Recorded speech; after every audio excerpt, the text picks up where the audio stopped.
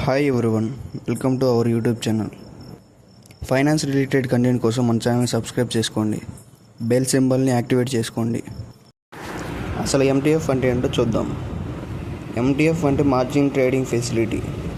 మనం స్టాక్స్లో ఇన్వెస్ట్ చేయడానికి బ్రోకరేజ్ కంపెనీస్ లోన్గా కొంత అమౌంట్ ఇస్తాయి.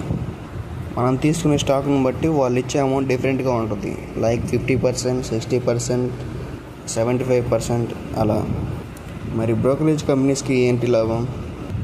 మనకిచ్చిన ఎంటీఎఫ్ ఫండ్ మీద 12 to 18% అమౌంట్ అనేది ఇంట్రెస్ట్గా తీసుకుంటారు పర్ యానం. కానీ మీకు వచ్చిన ప్రాఫిట్స్లో ₹1 కూడా తీసుకోరు. ఒకవేళ లాస్ వస్తే అది high amount of loss. Screen మీద చూపిస్తున్నట్టు ఒక్కో కంపెనీకి ఒక్కొక్క ఎంటీఎఫ్ పర్సంటేజ్ అనేది ఉంటుంది. అలాగే బుల్ అంటే ఏంటి, బేర్ అంటే ఏంటో చూద్దాం. ముందుగా బుల్ అంటే మార్కెట్ రేస్ అవ్వడం. అయితే ప్రాఫిట్ ఎలా గెయిన్ చేయాలి? ఒక స్టాక్ వాల్యూ తక్కువ ఉన్నప్పుడు కొని, ఎక్కువ ఉన్నప్పుడు సెల్ చేయాలి. మనం ఇన్వెస్ట్ చేసే ముందు 52 వీక్స్ హైకి 52 వీక్స్ లోకి మధ్యలో ఉండాలి షేర్ వాల్యూ. అలాగే బేర్ అంటే ఏంటో చూద్దాం.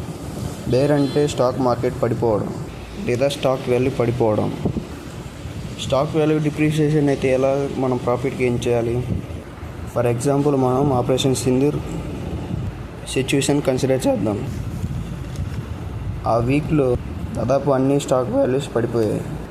ఫస్ట్ డే రోజు మీరు సెల్ చేశారనుకుందాం. 2-3 డేస్ తర్వాత 30% అనేది డిప్రిషియేషన్ అయిపోయింది. After completion of Sindoor operation it becomes it's real position. ఇటువంటి ఫైనాన్స్ కంటెంట్ కోసం మన ఛానల్ని సబ్స్క్రైబ్ చేసుకోండి. మీకు కూడా డీమ్యాట్ అకౌంట్ కావాలంటే కింద ఇచ్చిన డిస్క్రిప్షన్లో చెక్ చేసుకోండి.